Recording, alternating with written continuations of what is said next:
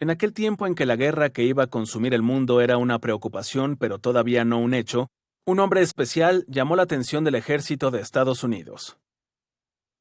Se llamaba Carl L. Norden. A lo largo de su vida, Norden siempre había evitado ser el centro de atención. Trabajaba solo.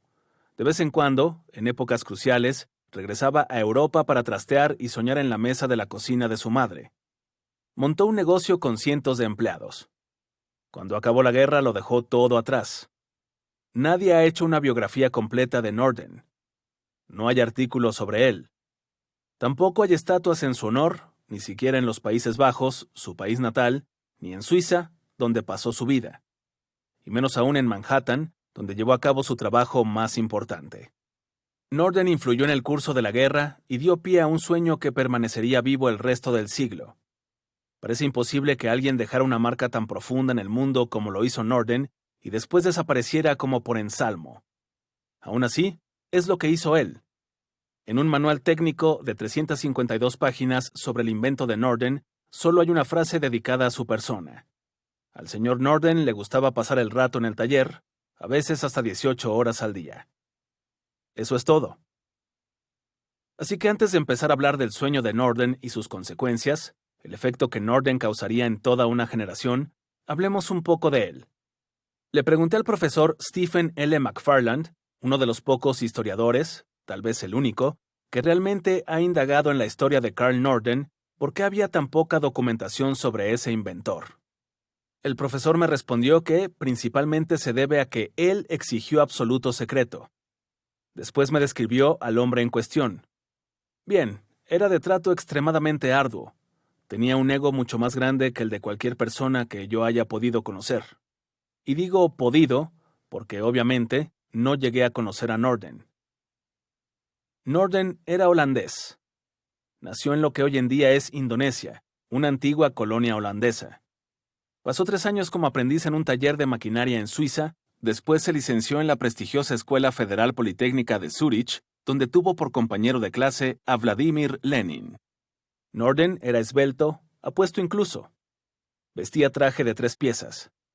Tenía el pelo blanco y corto, lucía tupé, un tupido mostacho, y bajo los ojos, de párpados pesados, se veían unas marcadas arrugas, como si no hubiese dormido desde hacía años. Le llamaban el viejo dinamita. Bebía café a litros. Se alimentaba a base de bistecs. McFarland me comentó. Realmente creía en un sentido muy biológico que el sol generaba estupidez. Así que difícilmente se le veía al aire libre sin un gran sombrero. Su familia estaba siempre obligada a llevar sombrero cuando salía a la calle. De pequeño, en las Indias Orientales neerlandesas, tanto él como su familia llevaban siempre sombreros porque el sol generaba estupidez.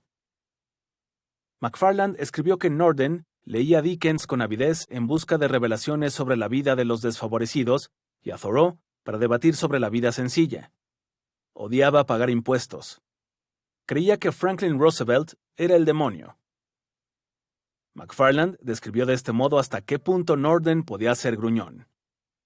Hay una famosa anécdota que cuenta que estaba vigilando lo que hacía un técnico, y este se puso un tanto nervioso e intentó entablar conversación, mirándolo y diciéndole, «Tal vez podría explicarnos por qué estamos haciendo esta parte de este modo».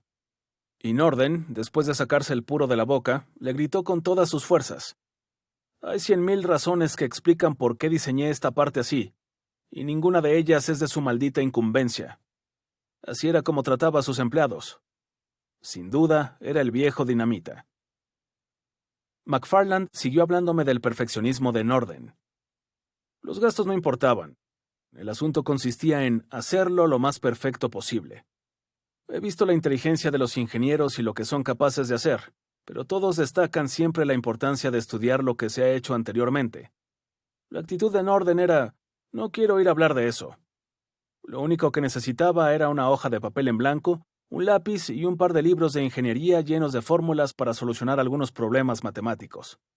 Creía a pies juntillas en lo de empezar de cero, y eso habla a las claras de su ego.